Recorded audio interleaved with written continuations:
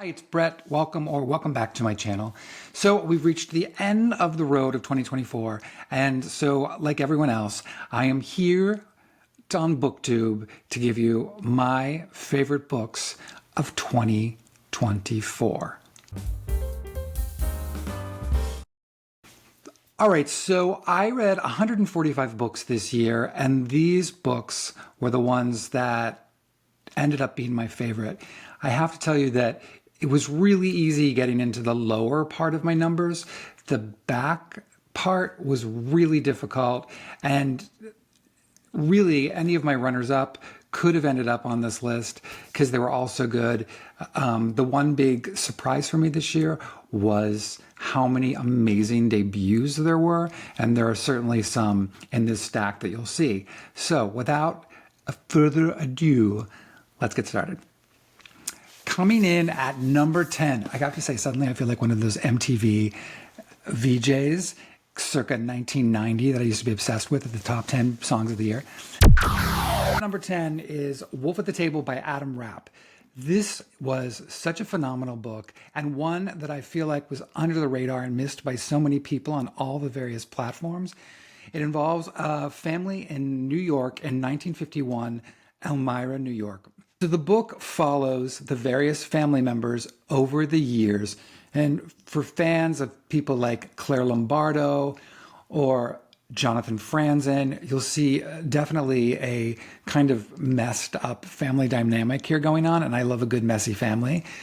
The kind of hook with this book is the mother in the story begins to think early on that there's something off about the son, and he, in fact, might be a serial killer. So I don't want to say anything else other than to say it's completely captivating. It was a really, really, really incredibly engrossing novel, and happy to have it in my top 10. Anyone's Ghost by August Thompson. We're talking debuts. This was one of the best ones. August Thompson's book deals with a young guy, 15 years old, who meets his 21-year-old at his job.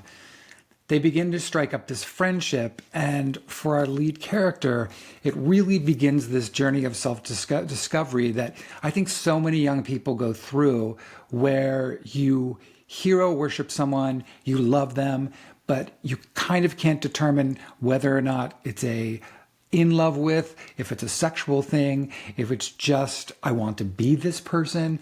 All of these kind of things come up in this novel as it follows him over the next several years. The other really catchy part of this book is, you know, from the very first sentence of the story that kind of the object of his crush, desire, friendship is going to die. You don't know how, you don't know when, but that is going to happen. So I just thought this was such a moving, electric book. I couldn't believe, and I will say this again as I bring up some other debuts, that this was a debut. I'm really excited to see what August Thompson comes up with next, but this was just a stunning, stunning book. Number 8, James by Percival Everett. Arguably, this could have been much higher in my list, and it probably should have been. At the same time, these numbers are almost arbitrary this year because all of these books in this top 10 I thought were so fantastic. There's no way after I read this book that it wasn't going to end up in my top 10. And just as the same token, watching all of these year-end book lists, all the papers and newspapers, the publishing journals, everyone has this book on their list, and it's a very good reason why. It is a phenomenal story. Everett, for any of you still living under a rock, takes the Huckleberry Finn story, but gives the narrative to James the slave. And it's truly remarkable what he does. This is an instant classic to me. I think this is going to be around and probably be taught in schools at some point. Truly, truly, truly a really remarkable book. Number 7, Cinema Love by Jiamin Tang, Andy Tang. I loved this book so much. I've talked about it nonstop. If I worked in a bookstore, I would press this into so many people's hands. The story of a movie theater in China that caters as a meeting ground for gay men who are on the down low effectively to meet each other in this private setting. But the story really isn't about that. And it's hardly even really about the men that we meet. It's about the women in their lives. It's about their wives. And as the second part of the book takes over, it's an immigration story to Chinatown in New York City and how these people survive, how these women get on, how they learn to forgive the other people they meet while they're in this new, brutal world. It's an exceptional book. It's an exceptional debut. It was such an original story. I thought it was just amazing. And like, what a beautiful cover. Number 6, The Safekeep by Yale van der Wooden.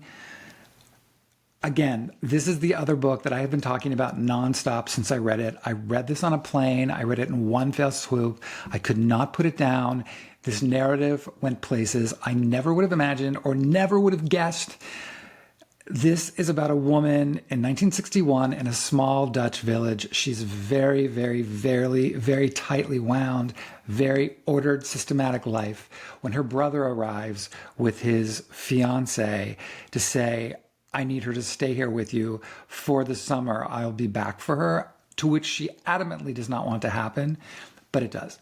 Of course it does. And as a result, this story of tension, desire, confusion, mistrust, all of these things begin to happen. And you start to question, is this an unreliable narrator?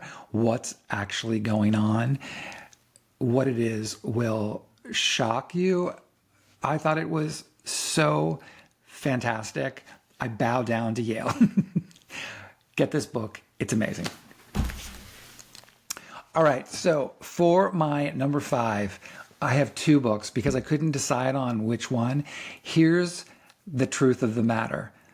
The first book I'm going to talk about was the one that I had in my top 10 from the get-go. And I was like, well, of course, this will be in my top 10 because I loved it. The second book I'm going to talk about, I read so late. I just finished it the other day, and I haven't stopped thinking about it, and I thought there's no way I can't include this book. So this one is a tie. The first one is Tell Me Everything by Elizabeth Strout. Fans that are fans, of course, will flip out over this. This is like a greatest hits compilation of all of Strout's novels with the Burgess Boys, Olive Kittredge, and Lucy Barton, among other people, all coming together in, like the big television crossover events of the 80s and 90s. It's so fantastic. It's so Strout in that she can say so much with so little and makes it so easy. I don't know any other writer that does it like she does. She hardly says anything, and yet the emotions that she conveys, the way she gets across these deep feelings, the way she sets out what is just a simple narrative of life and makes it so incredible and so enriching. 100% for this book. I love Elizabeth Strout so much, and I love that she's made this decision to keep these characters alive and not just, end with one of them dying, which would just be so awful, because you really get to the place with these stories that they feel like they're your friends, and that's amazing storytelling. So the book that disrupted my whole list, which actually is kind of appropriate considering what it is Miranda July's All Fours. Now, this was shortlisted for the Booker list. It was on the New York Times, their top books of the year. This was probably the most polarizing book that I've seen this year on social media, with people either loving it or hating it. So as the end of the year was coming in, I thought, well, there was a handful of books that I wanted to get through. This was the one that more people than ever said, don't let this one go by. And I'm so grateful to all those people who have probably some kind of indication about the things that I respond to, because I absolutely loved it. That is not to say it's going to be for everyone. And there are parts of this that narratively are completely unhinged. but I was completely here for it. This is about a woman who is in midlife. She has a non-binary child, which was a very interesting choice to make because the name is Sam. So really, you did not know what the gender of the child was. She's been in this marriage. She is very successful in her career and decides to take a road trip from Los Angeles to New York in order to visit some friends, to do some business, to see some shows. Well, she sets off on this road trip. 30 minutes outside of the city, she stops in this small town for gas and to get some snacks, and she ends up staying. She rents a room in a hotel, and before you know it, she has hired this designer that she meets to redo the hotel room to kind of look like a drawing room in Paris. And what happens? I don't really want to say too much, although to say it's very sexy and sexual. And if you're someone who is a little more, conservative in that regard, this might not be the book for you. But what it is really, it's an exploration of second chances, of where someone is in their life, of the idea of what else is out there, who else is out there. Is life in its current form worth settling for, or is there something greater? And also about the feminine idea about taking your power and taking your power back. I just thought it was truly a thought-provoking, frustrating, beautiful, incredibly moving book at times that, like I said, I haven't been able to shake. And that, for me, is a good book. Sally Rooney's Intermezzo. I just finished this last week.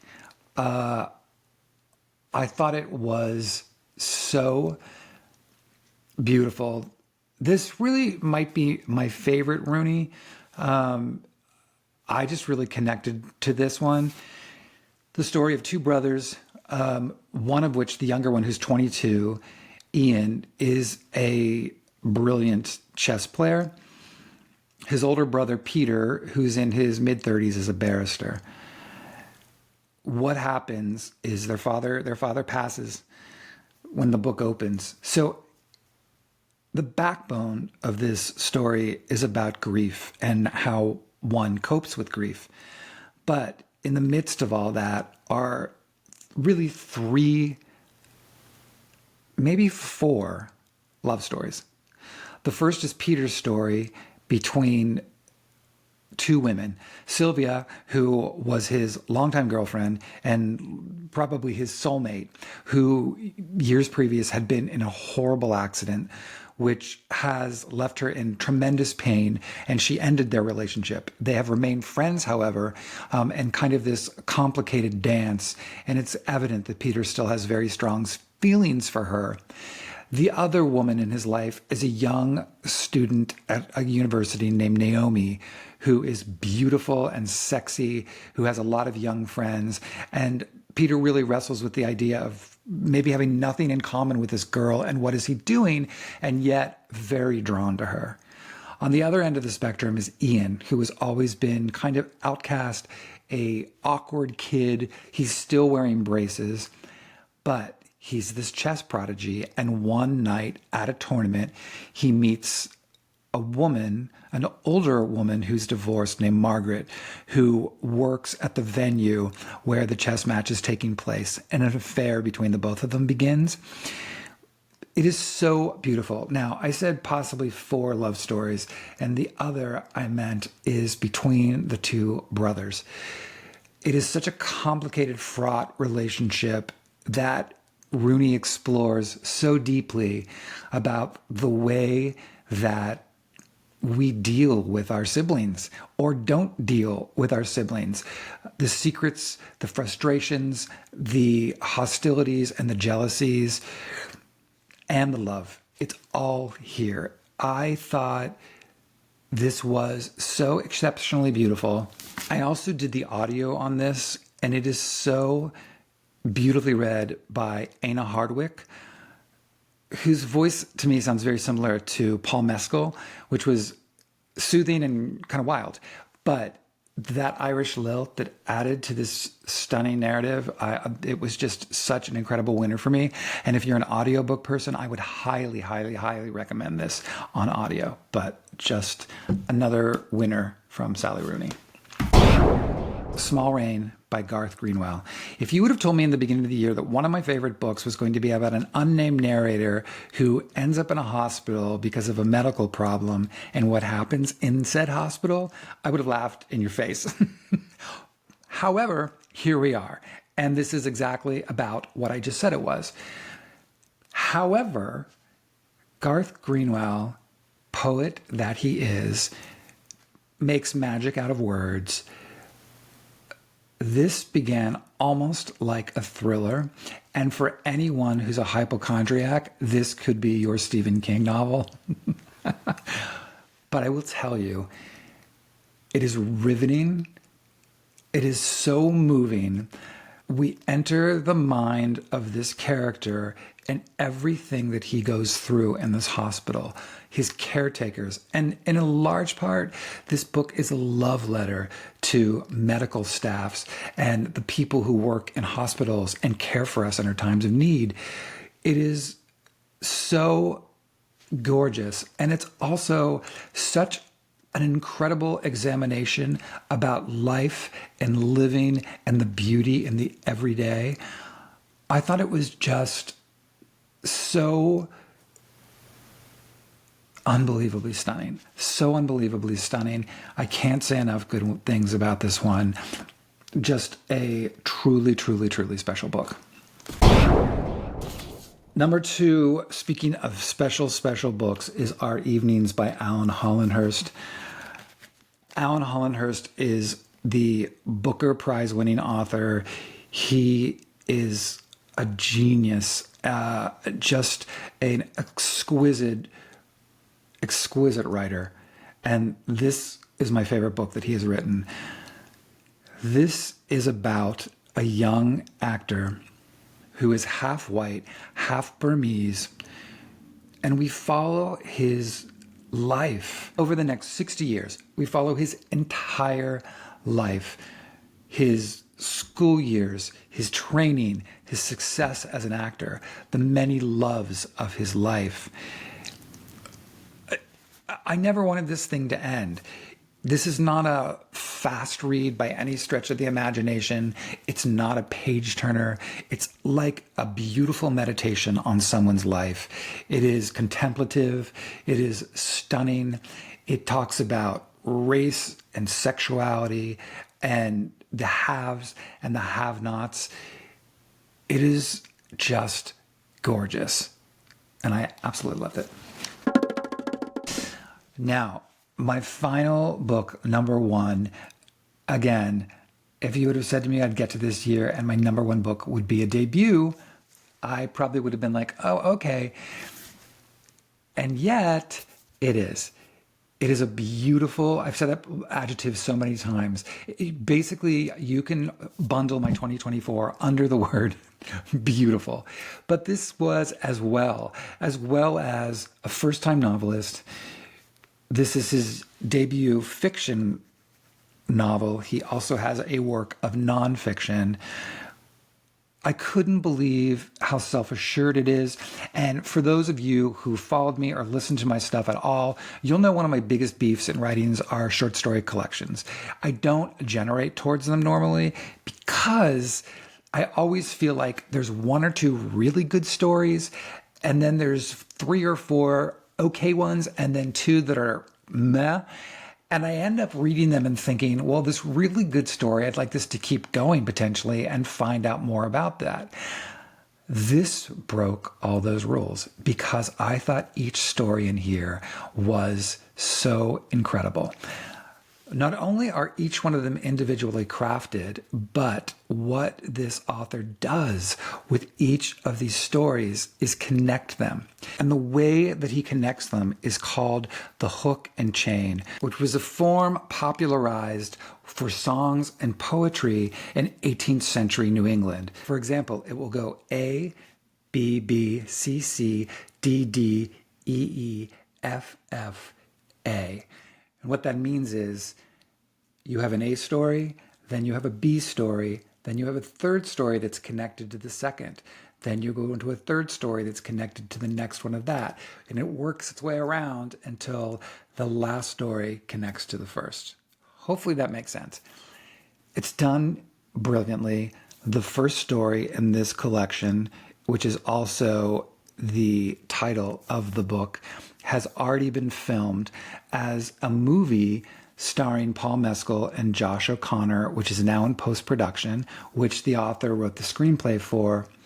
This is also a tremendous audiobook, and for me, the best audiobook of the year because it's done with a full cast, including Paul Mescal, Chris Cooper, Jenny Slate, who is also the wife of the author, and Rebecca Lohman, among others. It is a full cast. It is so incredible. It is a love letter to New England and the surrounding towns up into Nova Scotia.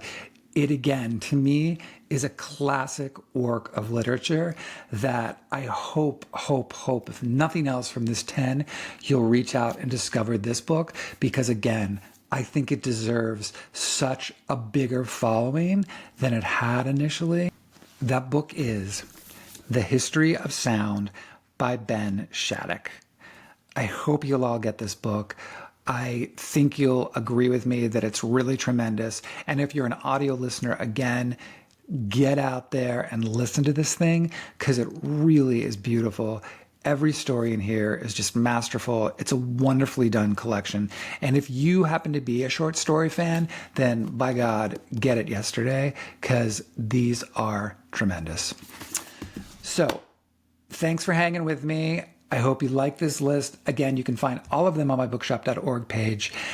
Thank you for following me this year. I hope you all are having a wonderful holiday season, and I will see you all in the new year.